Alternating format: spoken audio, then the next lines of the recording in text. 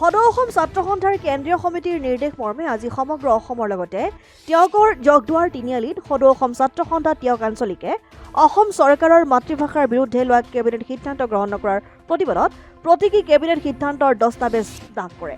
BJP চৰকাৰ হাই হাই, অসম চৰকাৰ মুৰ্দাবাদ, শিক্ষামন্ত্ৰী মুৰ্দাবাদ ধ্বনিৰে উত্তাল কৰি তোলে সমগ্ৰ পৰিৱেশ।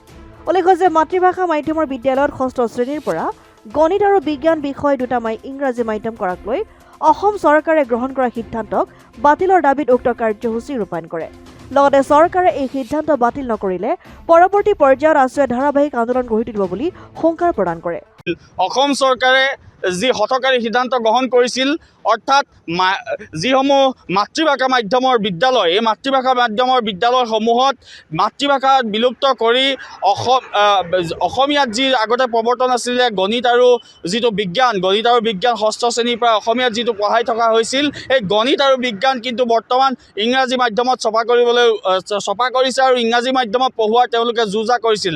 অৰ্থাৎ এটা কেবিনেট সিদ্ধান্ত গ্ৰহণ কৰিছিল আৰু আমি ইয়াক তীব্ৰ আৰু ঘোৰ বিৰোধিতা কৰিছোঁ। আমি এটা কথা তেওঁক অসম চৰকাৰক সুধিব বিচাৰিছোঁ, শিক্ষামন্ত্ৰীগৰাকীক সুধিব বিচাৰিছোঁ যে কেন্দ্ৰীয় চৰকাৰখনে যি নতুন শিক্ষানীতি ৰূপায়ণ কৰিছিল, সেই নতুন শিক্ষানীতি অনুসৰি তেওঁলোকৰ অসমৰ মাননীয় মুখ্যমন্ত্ৰীগৰাকীয়ে সততে কৈ থকা সেই অমিত শ্বাহ ডাঙৰীয়া আৰু সেই প্ৰধানমন্ত্ৰী মোদী ডাঙৰীয়াই যিটো কথা সাধাৰণতে কয় যে সকলোবিলাক যিসমূহ উচ্চ শিক্ষাৰ পৰা আদি কৰি সকলোবিলাক শিক্ষা নিজৰ মাতৃভাষা মাধ্যমত হ'ব লাগে বুলি যিটো কথা প্ৰকাশ কৰি আহে, তাৰ সম্পূৰ্ণ বিপৰীত স্থিতি গ্ৰহণ কৰি 6ষ্ঠ শ্ৰেণীৰ পৰা ছায়েন্স আৰু মেথছ, গণিত আৰু বিজ্ঞান, ইংলিছত যিটো পঢ়োৱা এটা যিটো তেওঁলোকে চক্ৰান্ত ৰচনা কৰিছে, তাৰ আমি ঘোৰ বিৰোধিতা কৰিছোঁ। আমি ছাত্ৰ সন্থাই আজি সেই কেবিনেটৰ সিদ্ধান্তৰ প্ৰতিলিপি আমি দাহ কৰি ইয়াৰ প্ৰতিবাদ সাব্যস্ত কৰিছোঁ।